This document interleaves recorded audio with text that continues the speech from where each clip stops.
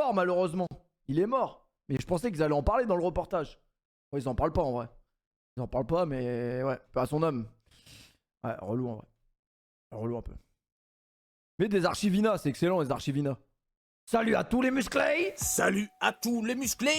Aujourd'hui, on va parler des mecs ultra méga giga balèzes qui étaient au top de leur carrière avant les années 1920 à 1930 grand max, là où on est certain que les stéros et tous les médocs détournés actuellement pour le dopage n'existaient pas. Alors cette vidéo n'a pas vocation à te dire que tout le monde peut atteindre ce genre de physique avec la série unique ou encore doubler ses pecs avec un exercice, hein. Là, on était plus sur la technique de « je me mets en mode hip thrust avec une pierre de 360 kg et quelqu'un va l'exploser avec une masse ». Ou encore la technique de « j'ai pas de bande déclinée, alors je m'encule la nuque pour bosser le bas de pec ». Donc ça n'est pas étonnant s'ils étaient vachement balèzes naturellement. Et puis il faut rappeler qu'à cette époque, les salles de sport n'étaient pas fermées à la moindre maladie venue, hein. Faut pas oublier qu'à ce temps-là, il y avait le choléra en Europe et on ne confinait pas les gens parce qu'ils avaient la chiasse.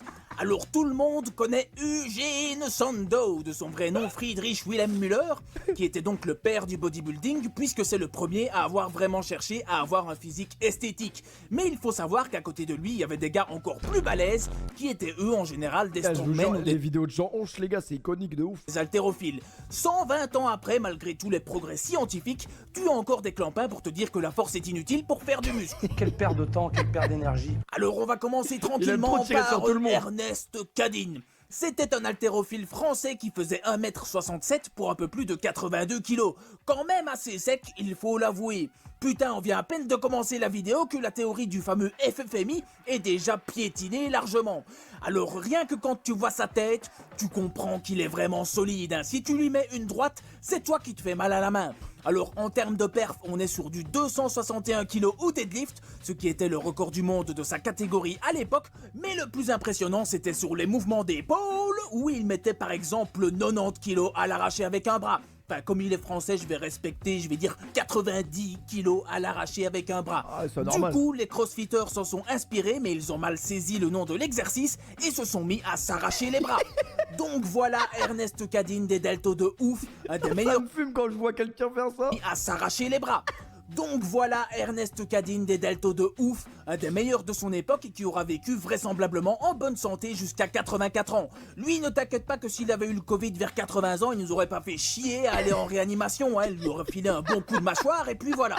Alors une question qu'on peut se poser, c'est par exemple, est-ce qu'ils avaient des compléments alimentaires à ce temps-là? Eh ben la réponse est oui. Bon, il n'y avait pas grand-chose. C'était les boosters, c'était le C4 de l'époque. À part de l'huile de foie de morue dégueulasse et des extraits de plantes. Mais voilà, il faut bien comprendre que ce n'était pas le Moyen-Âge non plus et qu'ils avaient déjà de bonnes connaissances. Mais depuis, ça a bien évolué puisqu'on a le laboratoire Unai, qui a remplacé l'huile de foie de morue dégueulasse par des oméga 3 de lieux noirs sauvages issus de pêche durable.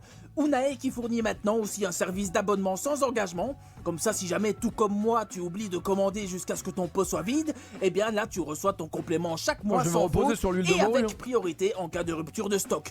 Ensuite, on va parler de Piotr Krylov. Piotr était un athlète russe mesurant 1m70 pour 88 kg avec un tour de bras de 46 cm. Il était surnommé le roi des kettlebells. Bon, il y a mieux comme pseudo, mais c'était par rapport à ses performances au crucifix lift, une sorte d'élévation latérale en supination qu'il savait faire avec 40 kg par bras. Ouais, je suis dingue, l'autre fois je voyais un mec à la salle, il faisait des élévations latérales avec 26 kg. Ouais, ça m'a choqué. Alors on peut se demander bon, après, il le faisait mal, putain, hein. Il le faisait comme un con, mais il le faisait quand même. Ce qu'ils mangeaient à cette époque, c'était quoi leur diète pour qu'ils soient aussi solides et performants? Eh ben, on peut dire qu'ils étaient vachement moins cons que la plupart des gens de maintenant, parce qu'ils savaient qu'il fallait manger des œufs, des fruits et légumes frais et de la viande en quantité, et ils savaient qu'il fallait... Premier degré, l'autre fois, j'ai filmé un mec, il faisait du curl à 60 kilos.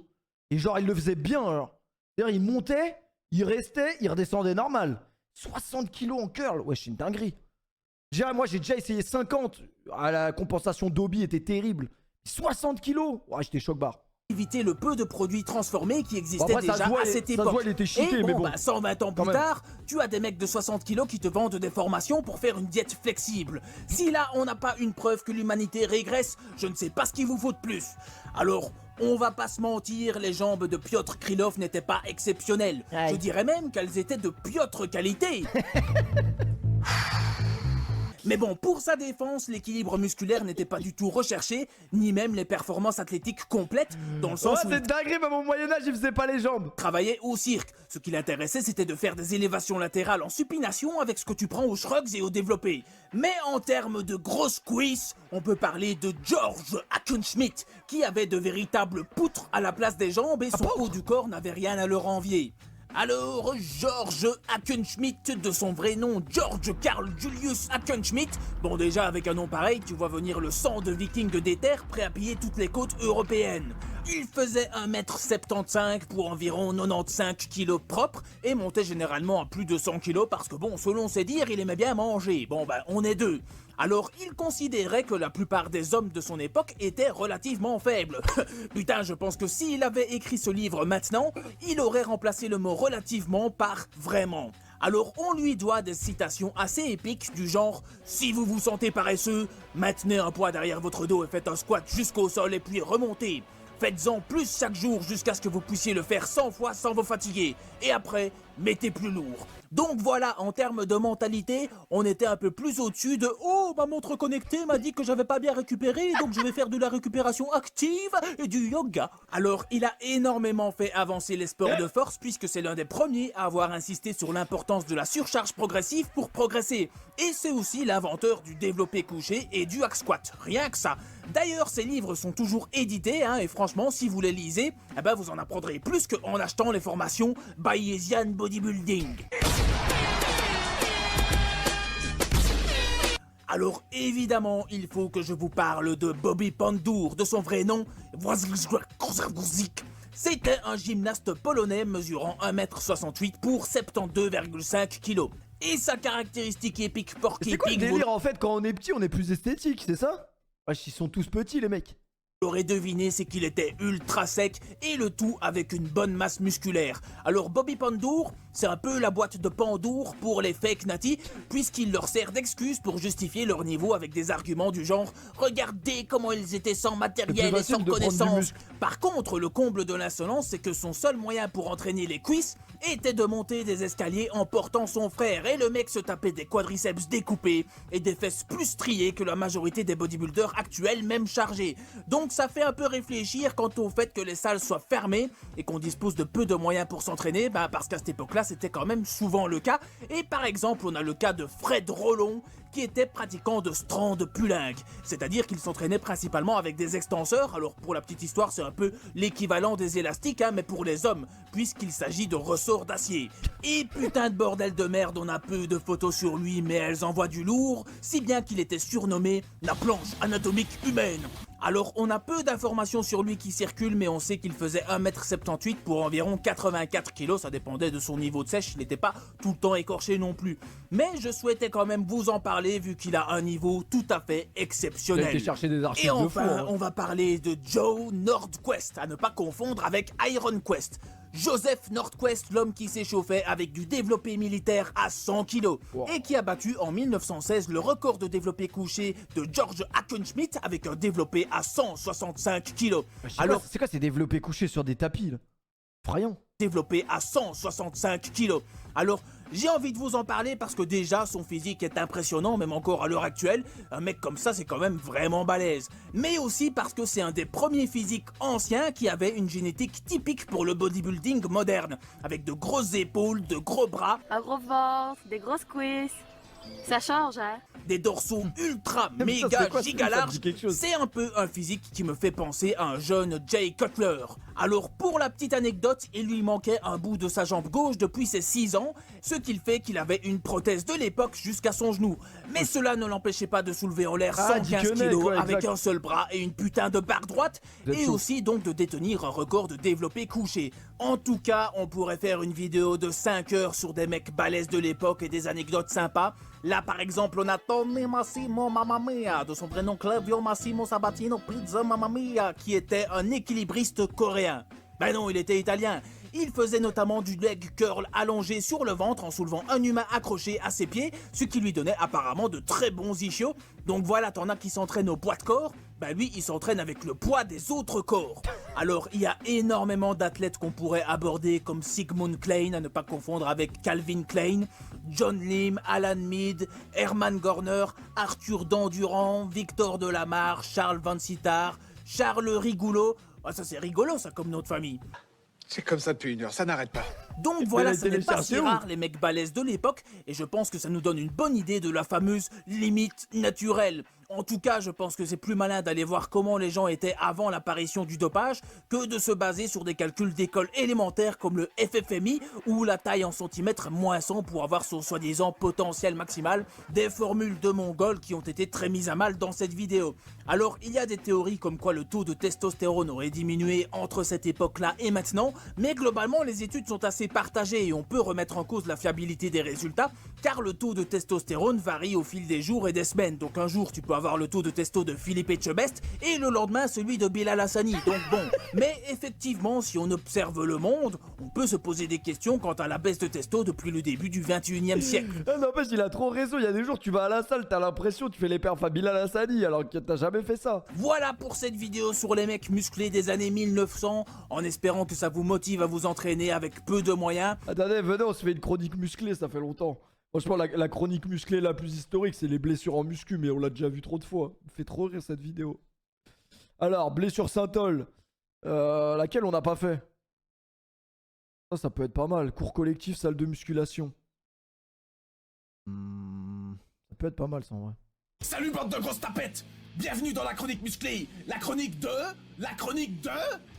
tous les musclés, bordel de merde! Voici le foutu sommaire du jour! Les cours collectifs sont de plus en plus à la mode et ce n'est pas prêt de s'arranger. On va donc analyser la formation des athlètes de bas niveau. Les salles de musculation où les musclés ne sont pas les bienvenus. On va faire le tour de ce concept complètement débile. Les coachs imposteurs qui pullulent sur internet. Il est temps de les annihiler une bonne fois pour toutes. L'étude du jour qui étudie les trucs à étudier. Une relation entre le taux de testostérone et les plats piquants a été récemment mise en évidence. Les médias ont analysé ça à leur manière, donc très mal. Je vais donc un peu parler de cette étude. La putain de question de merde. Quel genre de personne t'énerve le plus à la salle? Excellente question pour la chronique. Le mec a fait en sorte que je crache encore sur plus de monde. Tu es un génie. À tout cela, vous ajoutez une toute nouvelle interlude nommée la super imitation de la mort. Et vous avez une putain de chronique de fou qui démarre maintenant. Sujet numéro 1. La surpopulation mondiale a de graves conséquences, et y compris dans le monde du fitness. En effet, les cours collectifs ont de plus en plus la cote. Mais c'est quoi un cours collectif? Eh bien, il s'agit d'un ou deux coachs entraînant plus d'une dizaine de gros culs. Le plus connu est le CrossFit, et beaucoup d'autres cours collectifs sont en général des dérivés du CrossFit. Et ça donne quoi un dérivé de la merde? Eh ben du compost, des petites boules, une coulante. Bon appétit. Parmi les dérivés du CrossFit, il y a par exemple le TRX. Il s'agit d'un entraînement fonctionnel avec des sangles. Alors déjà, ces sangles frottent sur la peau et vous laissent des marques à sein. Sur le papier, on veut faire croire qu'il s'agit de ça, ou encore de ça, alors qu'en réalité, c'est ça, ou encore ça. Analysons cela en vidéo. Et voilà l'exercice du bûcheron. Coupe le bois, coupe-le. Et regardez à quel point le coach derrière respire l'intelligence. Bravo. Mais qu'est-ce que c'est que ça? Putain, je fais pareil juste après avoir pissé pour virer la dernière goutte. De toute façon, ça se voit clairement qu'ils se foutent de la gueule du monde. À ton avis, combien de thunes on va se faire avec ces conneries? Plus que Body Time avec le programme Apollo. Putain, on va les baiser. Et c'est pareil partout pour tout le reste, bordel de merde. Regardez-moi ça, cet entraînement. Wow, quelle intensité. Quelle puissance. Je suis ébahi. Ça me donne envie de bailler. On a aussi le Viper 3D qui a soi-disant la nouvelle particularité de proposer des exercices en 3 dimensions. Car c'est vrai après tout, la musculation c'est de la gonflette en 2 dimensions. Par exemple ici le Viper 3D nous présente l'exercice de la branlette de grosse bite. On n'est pas sauvé. Et là aussi ben voilà un exercice de merde pour bien sneaker petit à petit les épaules, le dos. Allez hop il galère un peu en plus voilà. Mais si c'est pour faire ça restez chez vous hein bande de grosses tapettes. Mais ça ce n'est rien face. Putain, Père Fouras, c'est à toi. Il pratique un semblant de musculation et garde son corps de lâche. Le père Foucra, le bâtard. Il pense que son entraînement est révolutionnaire. On faisait mieux au Moyen-Âge. Le pratiquant, victime d'un phénomène de mode, peut être un PD ou une grosse vache. Qui est-il? Le pratiquant de CrossFit. Maintenant, file-moi ma clé, vieux con. Le CrossFit allie soi-disant toutes les compétences athlétiques, mais surtout les blessures. Vous ne me croyez pas? Eh bien, regardez cette putain d'étude montrant que sur seulement 2 ans d'entraînement, on a 73,5% de blessures. Si c'était Ça, c'est dinguerie la stat. pareil pour les autres disciplines à haut niveau, on n'aurait plus que du handisport, bordel de merde. C'est en regardant quelques vidéos de cette discipline, ça fait beaucoup de disciplines, qu'on remarque vite que c'est un coup à se faire mal, cette connerie. Mais il reste toujours des gens assez bêtes pour en faire. Moi j'appelle ça la sélection naturelle. On commence par les tractions de CrossFit, ou comment s'arracher le biceps ou la longue portion du triceps. Putain, je souhaiterais que la barre se décroche et qu'il se pète la gueule royalement. Le soulevé de pneus, pratique pour s'arracher les biceps aussi. Décidément, le CrossFit en veut vraiment au biceps. Putain de biceps de merde. On enchaîne sur le casse sacrum. Et hop, ça doit faire mal. T'aurais mieux fait de tomber sur ta vieille barbe. Et bam, putain de merde. Bam, là aussi. Et bam, avec le petit coup du lapin en bonus. Putain, j'en... Mais c'est quoi cette merde? Et hop, ça doit faire mal. T'aurais mieux fait de tomber sur ta vieille barbe. Et bam, putain de merde. Bam, là aussi. Et bam, avec le petit coup du lapin Il tombe de haut, de haut. en bonus. Putain, j'en ai marre de toutes ces conneries de merde. Perfourat. Ah, il est trop fort, Jean Rouge, putain. Viens, Perfourat. Va te faire enculer, fils de pute. Passe partout, passe partout. Vas-y, passe partout. Vas-y, allez, ouais. La, quelle ambiance dans cette chronique, putain. La super imitation de la mort. Salut, c'est Nathan Mozango. Aujourd'hui, Ah, c'est trop raciste. Imitation de la mort. salut, c'est Nathan Mozango. Aujourd'hui, on va cuisiner un repas d'alpha à base de poulet et de pastèque. Salut à toutes, c'est Nathalie Mosengot. Aujourd'hui, on va apprendre comment bien choisir son bonnet. Ah putain, vous vous rappelez de Nathan Mozango à l'ancienne. Comment entraîner les mollets. Donc les mollets, Il a mis Mamadou Sekpa, je suis mort.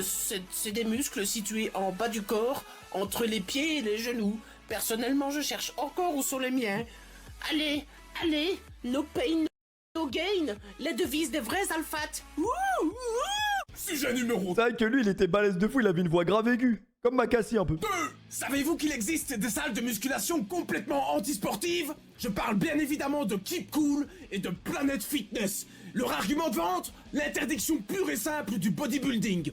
Ainsi, toutes les grosses tapettes peuvent aller s'entraîner sans peur de tomber sur un bodybuilder en sueur, portant un débardeur et buvant un shaker. Plus poétique que ça, tu meurs. Analysons dès maintenant leurs immondes publicités. Déjà la petite musique me donne la chiasse. Oh, le sport, c'est trop cool. Non, c'est pas cool. Mais ce n'est que le début car tout est à redire sur leur publicité de merde. Et là, dans cette scène, rien ne vous choque? Mon club de sport. Putain, on a trouvé pire que I Love Spinning. Mais bien sûr que c'est ton club de sport du con, c'est pour ça que t'as l'air un peu abruti. Ah oui, c'est mon club de sport, hein. Et voici une autre pub. Rien ne vous choque non plus? Ils ont utilisé un mec qui a un physique tout sauf Keep Coolien. C'est-à-dire que sans le body qu'il méprise tant, cette publicité n'aurait jamais vu le jour. Si vous demandez à Béatrice pourquoi elle aime son club Keep Cool, Ben parce que c'est une vieille conne tout simplement. Même une partie de bingo avec le club descendant est plus intensif que leur cours de merde. 17. Quoi? Poussons la publicité mensongère encore plus loin. Benoît Paire, 67e au classement ATP, s'entraîne chez Keep Cool. Eh bien s'il est bon au tennis, c'est parce qu'il est bon au tennis, pas parce qu'il perd son temps avec vos vieilles machines guidées de merde. Pareil pour les planètes fitness, quand tu fais trop de bruit, tu te fais tout simplement virer de la salle comme une sous-merde. Et je vais vous demander de partir, hein. Mais nous sommes juste en train de nous entraîner dur. Je comprends, mais je vais vous demander de partir. Mais entre nous, moi aussi je l'aurais viré de la salle. Pour son putain de soulevé de terre à la Smith Machine. Dégage, grosse tapette. Et parfois se faire virer de la salle, ça mène aussi à la rage ultime. Allez, dégage, gros PD, tu fais trop de bruit. Quoi? Putain de miroir de merde. Putain de... Dégage, gros PD, tu fais trop de bruit. Quoi? Putain de miroir de merde. Putain de bande de merde. Wesh, le miroir, il a même pas cassé, c'est dingue. Putain de poubelle de merde. Allez, ça va, je me casse. Putain de comptoir de merde. Putain de chaise de merde. Oh putain. Porte de merde. Sujet numéro 3.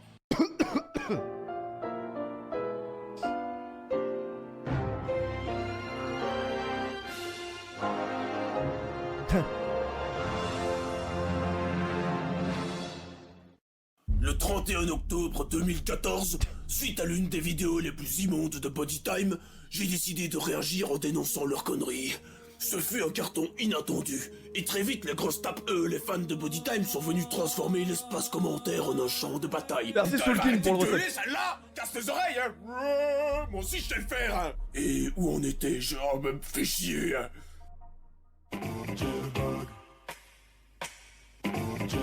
Ah, il était inspiré, hein, putain. Allez Alex, danse, danse. Wake me up before you go.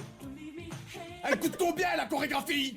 Putain les mecs, vous vous êtes trompés de métier. Vous ne me croyez pas? Eh bien voici Body Time version tectonique. Putain, il est obligé de censurer.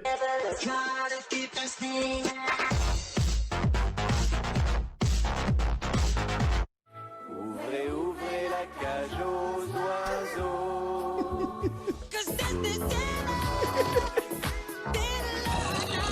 Mais à votre avis, qu'y a-t-il de mieux que l'air musculation?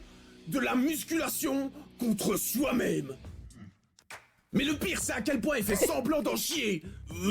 Mon bras de 30 cm est trop fort pour mon autre bras. Parlons maintenant du programme Apollon pour pigeons. Déjà, en faisant un petit tour sur le site, tu remarques à quel point ils veulent que tu achètes leurs conneries. Achetez maintenant. Achetez maintenant. Achetez maintenant. Quoi? 299 €? Heureusement, si tu vas sur la page Facebook, t'as le droit à des vidéos conseils très complètes. Salut les Apollons, j'espère que vous êtes en forme. Vous savez que dans le programme, vous allez devoir vous entraîner 4 à 5 fois par semaine, 1 heure bien sûr en salle. Mais le jour de repos, vous pouvez le prendre quand vous voulez. Vous pouvez déplacer les jours, bien sûr, c'est mieux de faire en 2 fois dans la semaine. Allez, à très vite et gardez la pêche. Mais paye ton conseil à 300 balles, putain. Vous imaginez si je faisais dans le même genre? Salut, bande de grosses tapettes. N'oubliez pas que pour les biceps, vous pouvez faire du curl halter. Encore pire, Alex Ribéry le thug se fout carrément de la gueule de ses pigeons. Il y a surtout une chose, les gars, ne jamais oublier, pendant que vous faites le programme Apollon. Et si le programme marchait, le prix serait peut-être un peu justifié, mais les avant-après ne se résument qu'à la congestion, aux abdos contractés ou relâchés, et au mieux une petite perte de gras. Putain, c'est dégueulasse. Mais voici le giga-comble de leur médiocrité. Grand les yeux, aujourd'hui, un matériel révolutionnaire pour changer de corps. Donc là, en gros, ils se foutent de la gueule des téléachats qui vendent de la merde, et quelques semaines plus tard... Aujourd'hui, on vous présente la Spartan, barre de fer à tout faire. Ah putain, j'en peux plus. 150 $ la barre sur pivot de merde en plus. Renommez votre chaîne en Money Time et quittez pour de bon le monde de la musculation. Maintenant, Valek, viens. Viens, Valek. Parce que Père Fourin m'a lâché cet enculé. Valek. Valek, viens. C'est l'intensité que vous allez mettre. C'est l'intensité que vous allez mettre.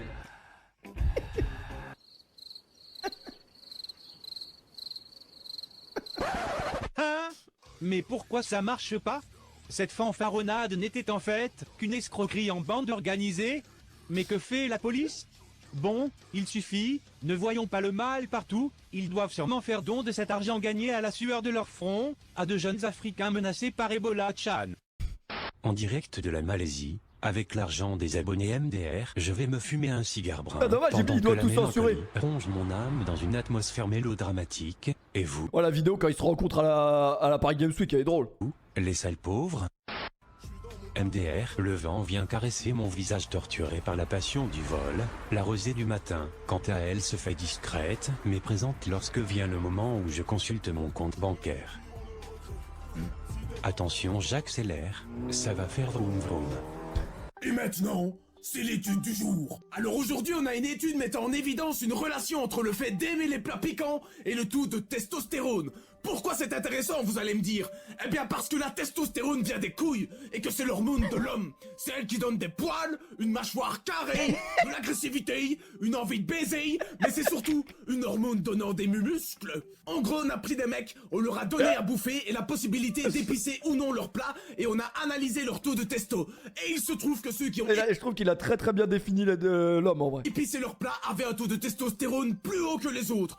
N'est-ce pas magnifique? Alors si vous n'aimez pas les plats épicés, rassurez-vous, vous n'êtes peut-être pas une grosse tapette. En effet, à l'heure actuelle, on ne sait pas encore si c'est le taux de testostérone qui provoque l'attirance vers les plats épicés, ou vers les fitness girls, ou si c'est le fait de manger piquant et d'ingérer donc la substance active, à savoir la capsaïne, qui augmente le taux de testostérone.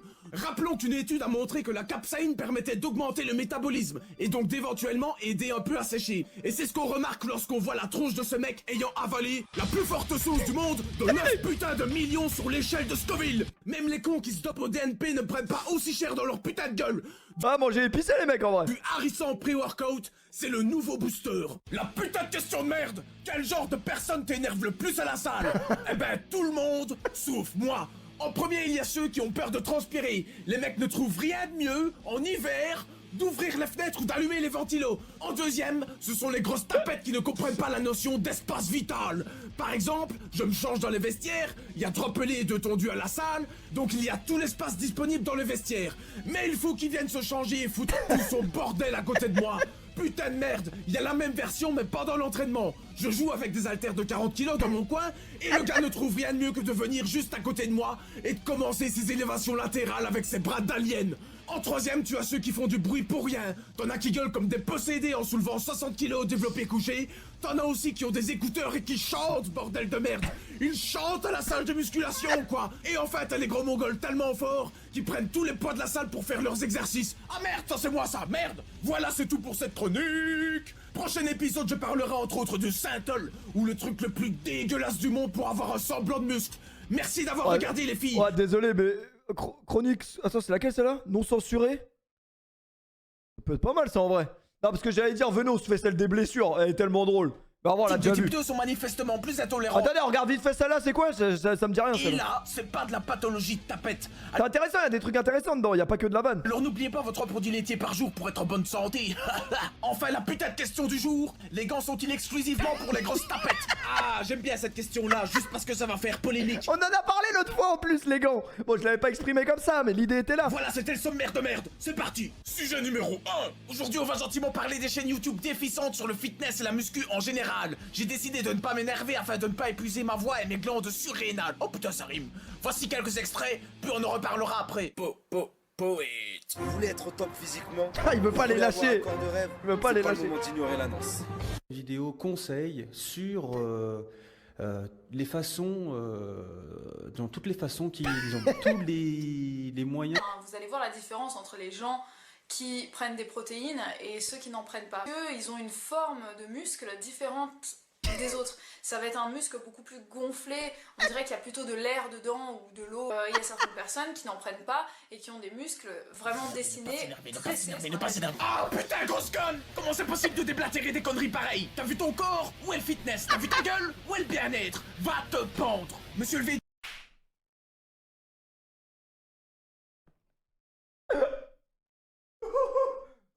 Tous coaching, t'as bien fait d'abandonner ta chaîne de merde et de continuer à t'engraisser sur les jeux vidéo. Comment tu peux te permettre de donner des conseils pour perdre du gras avec un beat pareil?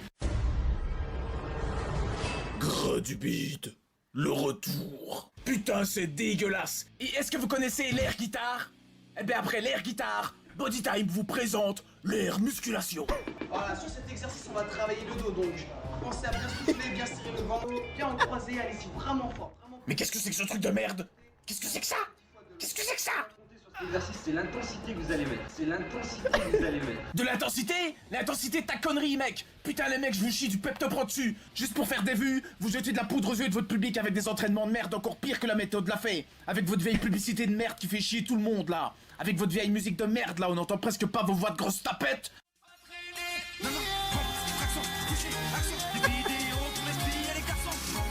Ôtez-moi ça tout de suite! Ôtez-moi ça tout de suite! Avec votre vidéo à la con sur les morphologies. Il était vraiment trop fou ce mec. Type qui existe même pas, comme vos connaissances, vous êtes la pire chaîne de musculation. Maintenant un petit message pour tous les kikou motivation, esthétique, ziz, Ginozango et ainsi de suite. Vous servez à rien, vous faites passer les pratiquants de muscu pour des débiles profonds. Vous voulez que j'imite Ziz moi? Vous le voulez? Vous le voulez? Eh bien regardez.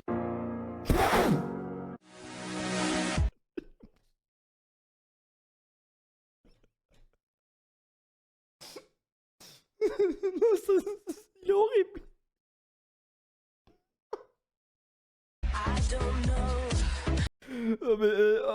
Je me disais, mais ouais, Giz, il est mort. Qu'est-ce qu'il va pouvoir dire comme imitation? Non, mais il est fou ce mec. Quand de muscu pour des débiles profonds. Vous voulez que j'imite Ziz moi? Putain, vous le voulez? Vous le voulez? Eh bien regardez.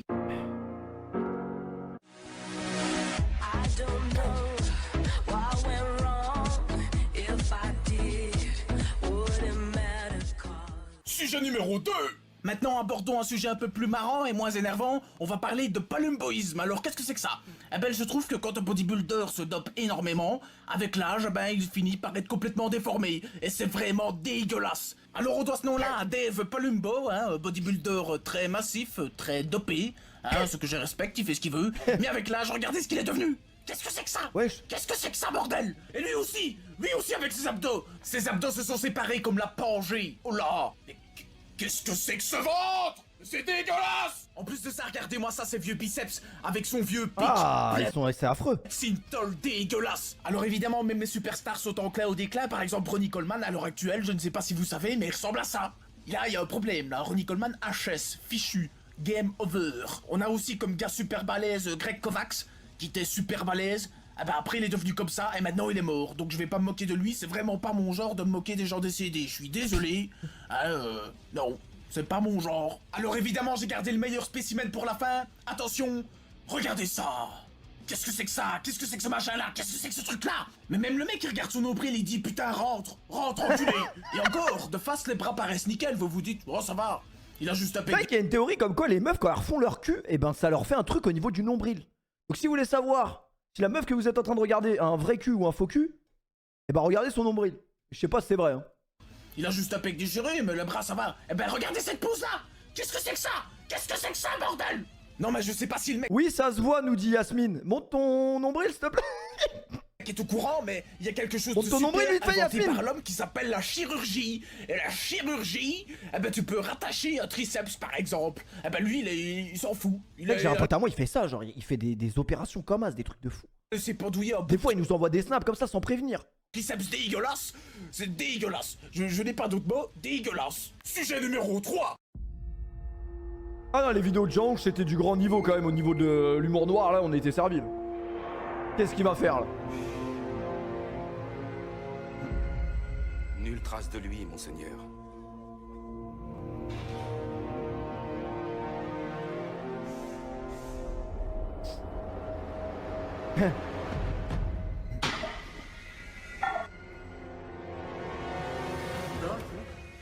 Tu filmes encore? Harry Potter. Le garçon qui a survécu.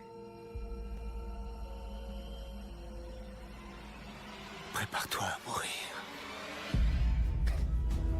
Grosse tapette. Alors sans plus attendre, regardons ce que l'efficience de la méthode de la fête donne lorsque l'on pratique de la fonte. Ah, il aimait trop tirer sur tout le monde. Test de squat pour la méthode Lafay, 150 kg. Putain, j'ai honte, moi j'ai commencé la muscu avec la méthode Lafay. Quand j'ai commencé ma muscu avec la méthode Lafay, les mecs, et que je suis tombé sur les vidéos de Jean le musclé, ah comment j'étais pas bien derrière les vidéos. De squat pour la méthode Lafay, 150 kg. Alors nous constatons une magnifique musique de fond, très motivante. Putain, à cause de la méthode Lafay, j'ai perdu 10 cm.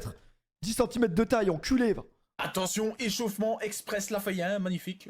J'ai pas besoin de faire de vidéo sur l'échauffement là, il me semble que vous avez eu un exemple d'échauffement parfait, donc pas besoin de vidéo sur l'échauffement. Allez, c'est parti là. Là, il est chaud. C'est nul cette méthode. Bah en vrai, moi je me rappelle juste du livre. J'avais le livre et c'était surtout basé sur les pompes. Hein. Je faisais beaucoup de pompes, c'est tout ce que je me souviens. Des pompes en l'air, des pompes sur les murs. Là on sent qu'il a envie là. Là, il est efficient, il a tout pour lui. Vas-y. Allez, Charles, allez. 150, Charles. Vas-y. Hop, hop, hop, hop, comment on dit? Allez, vas-y. Pousse. Allez, allez, allez, Charles. Vas-y. Ouais, pousse, pousse. Oh bah il a raté. Oh bah bravo hein. Alors ben voilà ce qui se passe lorsque l'on confie une barre et des poids Lafayette. Et après ils vont tous venir se plaindre. Oh avec la faute tu vas te blesser, tu vas te faire mal. Et là qu'est-ce que tu vas faire là? C'est vraiment pitoyable. Et c'est certainement pas ta bête ceinture d'Omnios achetée chez Auchan qui allait te protéger. Alors évidemment Harry, excusez-moi Charles, est un combattant. Alors il réessaye. Et regardez-moi cette magnifique répétition de squat, c'est magnifique.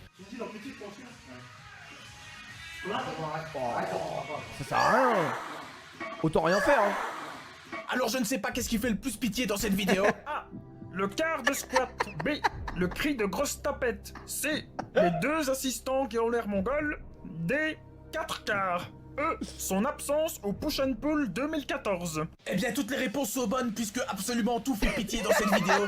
Même le bras d'Olivier Lafay est plus détérioré que le bras que j'ai montré tout à l'heure. Et maintenant, c'est l'étude du jour. Alors ici nous avons une magnifique étude montrant le lien entre le diabète de type 2 et le lactose présent dans le lait recommandé de boire 3 fois par jour.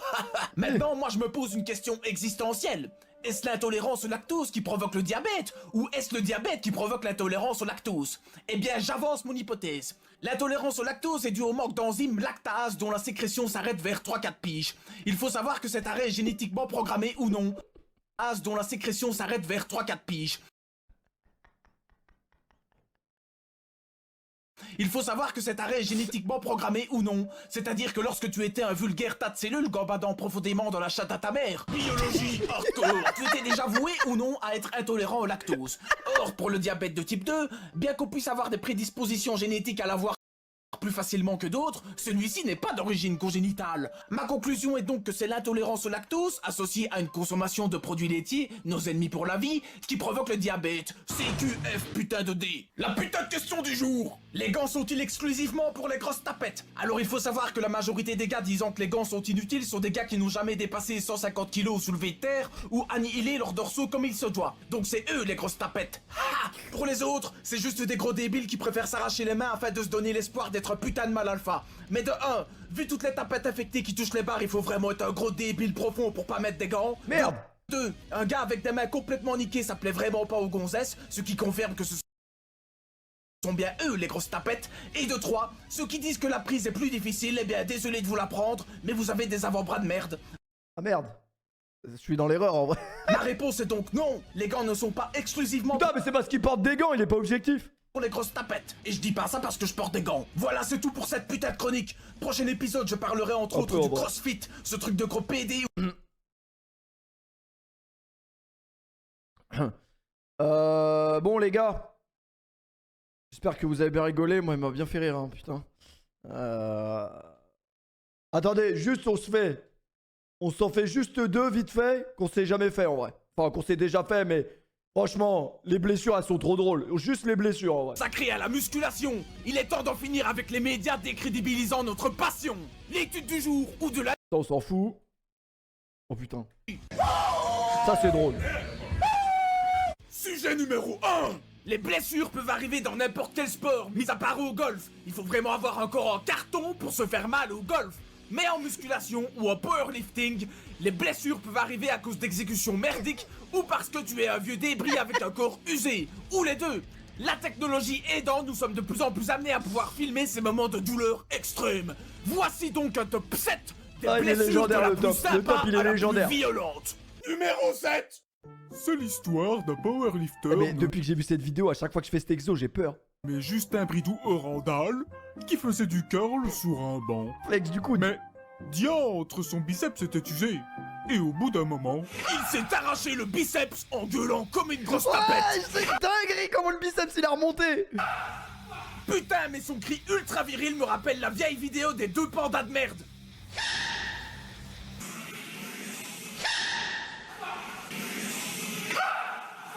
Wow, ça marche dans tous les Max sens, pour le c'est sub. génial.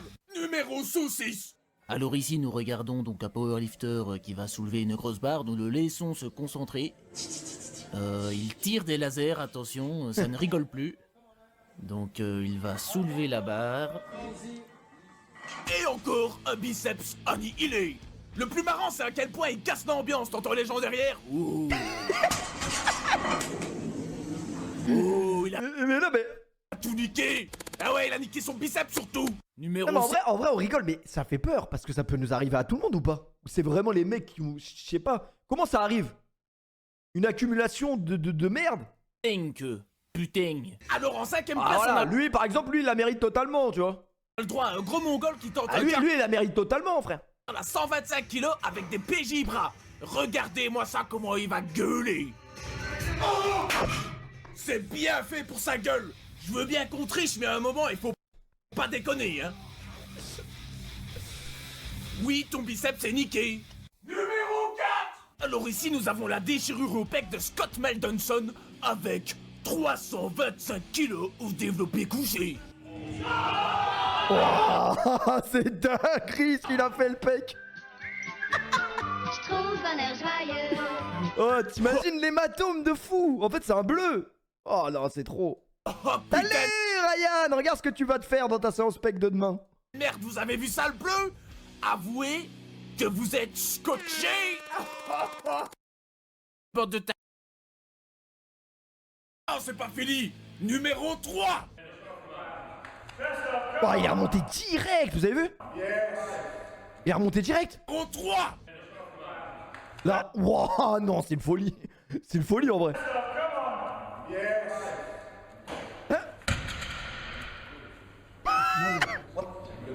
Putain, mais le mec a juste la réaction la plus calme jamais vue suite à une déchirure. Analysons ses pensées grâce à mon analyseur de pensée. Oh là, qu'est-ce qui se passe? Putain, là y a un truc qui ne va pas, bordel de merde. Putain de merde, mon biceps est niqué. Et comment ça se passe? Il y a des gens qui savent, parce que peut-être un jour ça va nous arriver. Donc comment on fait pour reprendre son bras comme si de rien n'était? C'est combien de semaines de rééducation, d'attente? Aïe, ouille, j'ai mal aux couilles. 6 semaines? 6 semaines, ça me paraît pas énorme en vrai. Au biceps. Putain, j'en ai marre de ma calvitie, on dirait PJ. Numéro 2. Et c'est ici que ça commence à devenir vraiment violent. Celle-là, elle est légendaire, les gars. Venez, on fait plus jambes, en vrai. Double déchirure des quadriceps sur un squat. Putain, si ça c'est pas du squat en amplitude complète, mais le pire, c'est le bruit de la déchirure ultime des quadriceps. Et devinez quoi? Eh bien, j'ai traité le son de la vidéo pour qu'on entende encore mieux le bruit.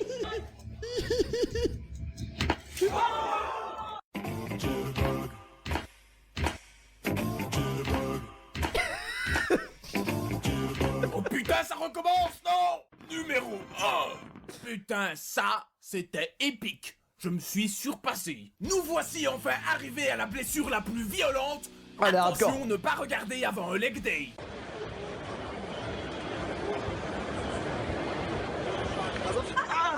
Putain, mais pourquoi le caméraman a arrêté de filmer? Mais merde, moi je voulais la voir marcher. Après, ça devait donner ça. En tout cas, j'admire le professionnalisme du mec qui a mis exactement 88 wesh, les gens me font quoi? centièmes de seconde pour lui tâter un nichon. Non, mais c'est de sa faute. Déjà, on voit qu'elle galère. Elle tire la même tronche qu'un bébé qui force pour chier. Ensuite, elle se déconcentre. Elle a sûrement voulu dire « Oh, elle est bien cette presse !» Et la presse lui a répondu « Oh, ils sont pourris ta genou !» Et voilà, la super imitation de la mort. Damn les gens, j'espère que vous allez bien. C'est Thibaut InShape et c'est un plaisir de plagier aujourd'hui. Après l'entraînement, les gens, vous devez manger des sucres rapides et vous pouvez manger des bonbons ou du miel pops. Et voilà les gens, cassez-toi à la salle, donnez-toi à la salle, n'oubliez pas que je suis un plagieur. Boum! Miel pops. Miel pops. Miel pops. Miel pops. Miel pops. Ah putain, il fait chier. Miel pops. Le down. Du corps peut mener à énormément de dérives entre les programmes d'amis et les gros P de feuilles. Les mecs. Oh putain, c'est moi ou les gens applaudissent? Oh mais bravo! Quel courage! Oh putain, c'est moi ou les gens. Non mais ça c'est une dinguerie de faire une opération pour avoir des pecs, c'est trop une dinguerie les gars. Avec tout le respect Ryan, j'ai pas de compte RMC Sport. Avec tout le respect. Avec tout le respect, rentre en France pour regarder la finale de Ligue des Champions, c'est normal. 10. La Suisse ça va 2 minutes. Oh mais bravo! Quel courage! J'admire! Et dans le muscle, une fois. Ah ça c'est horrible, c'est bon. C'est bon, ça on a déjà vu, c'est bon, c'est bon. Ouais, c'était les blessures.